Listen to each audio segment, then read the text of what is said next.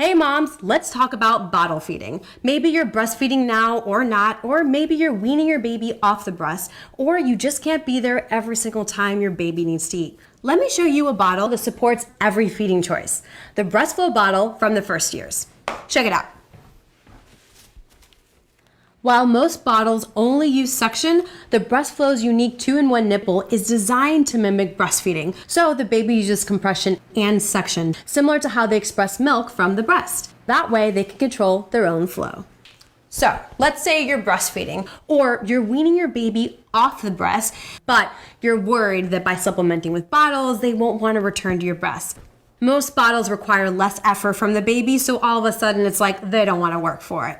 But with the Breastflow design that requires the same suction and compression as breastfeeding, you won't have to worry about turning them off to mama in favor of the bottle. I can hear some of you saying, what if I'm not sure if I'm even going to breastfeed at all? Well, the Breastflow bottle is great for formula feeding as well. And the vented nipple is designed to help reduce colic symptoms, gas, and spit up. Did I mention also that it's simple to assemble and easy to clean? I think I just did. The Breastflow bottle, the first choice for every feeding choice.